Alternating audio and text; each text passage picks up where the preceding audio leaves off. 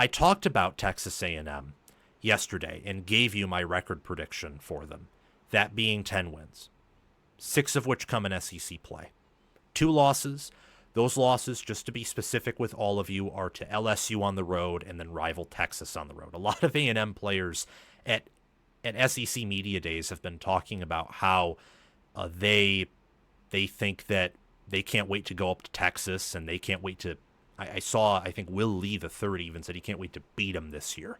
Like, whew. But people underestimate how much A&M and Texas hate each other.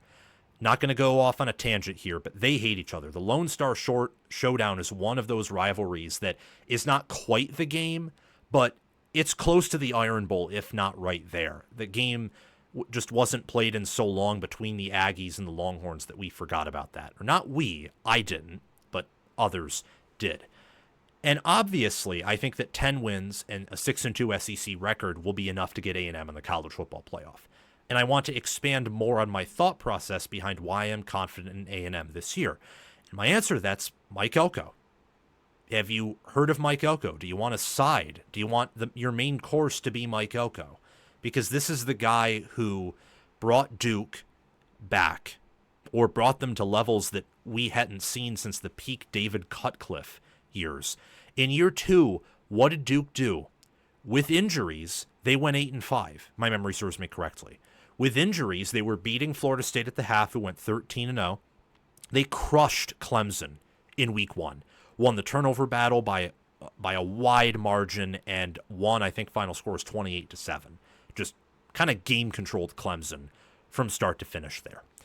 Before we resume this segment, please take a few seconds of your time to make sure you have liked the video, subscribe to the channel, hit the notification bell for the channel and for any team podcasts and playlists linked in the description, and also comment your thoughts down below in the comment section and join my Discord server via the description.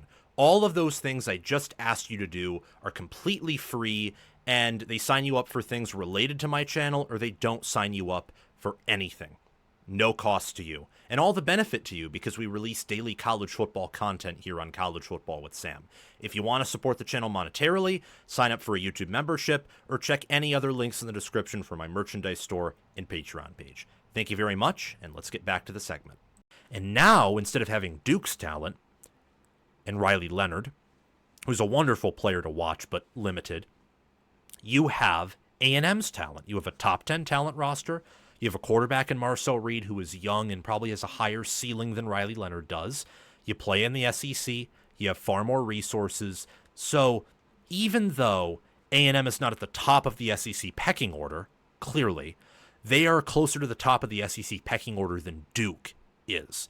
So relative to the conference he resides in, Elko is in a better place than he was at Duke. And that's even, again, weighing the fact that now instead of playing, Florida State, Miami, and Clemson, you got to play Texas, Georgia, and Alabama, who on an average basis are much better than those top 3 ACC teams. Even if you replace Florida State with maybe Georgia Tech or Louisville or SMU, who should be better than Florida State this year, the same thing reigns true.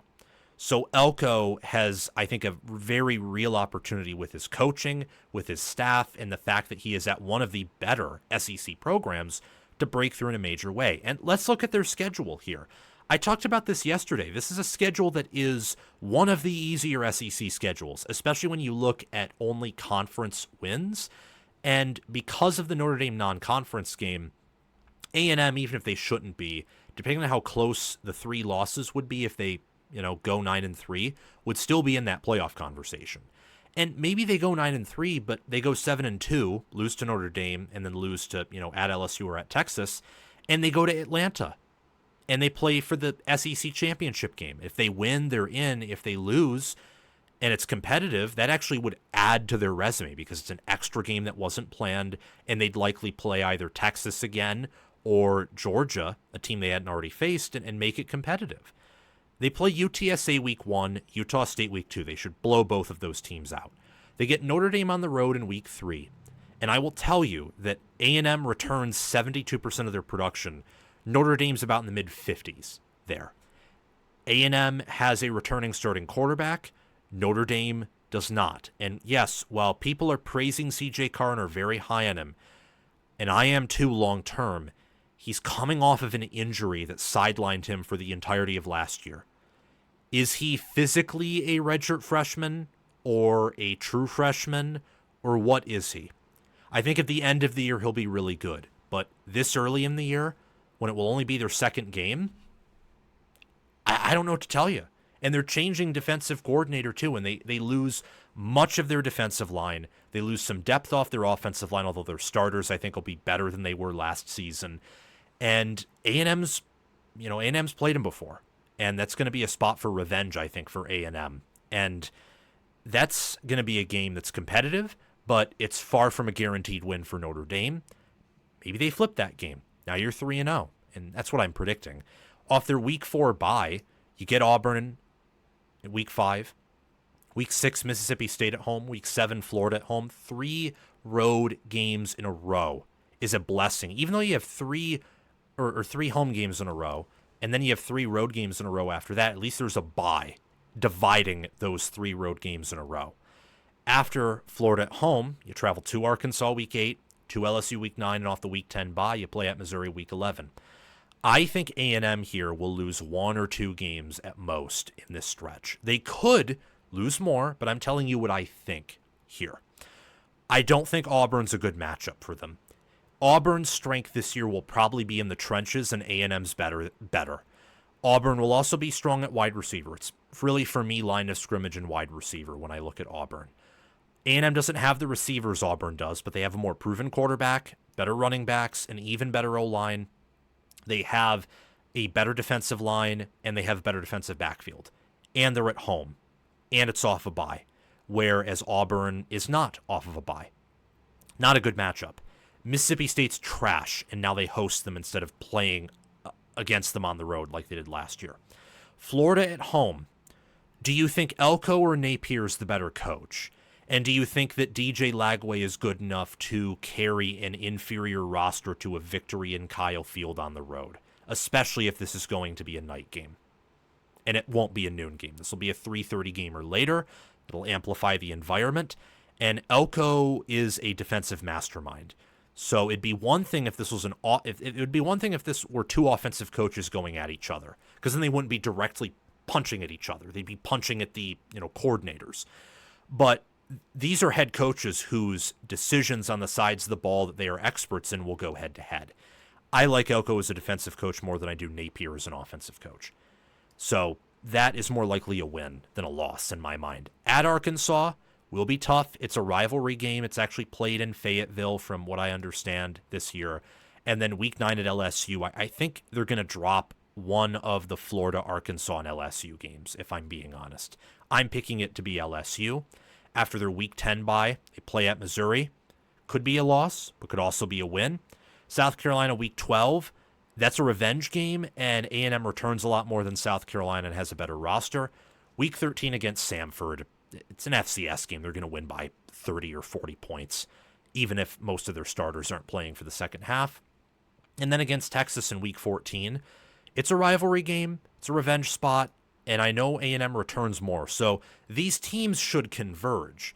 It'd be one thing if A&M played Texas on the road last year and lost 17-7, but they played them at home.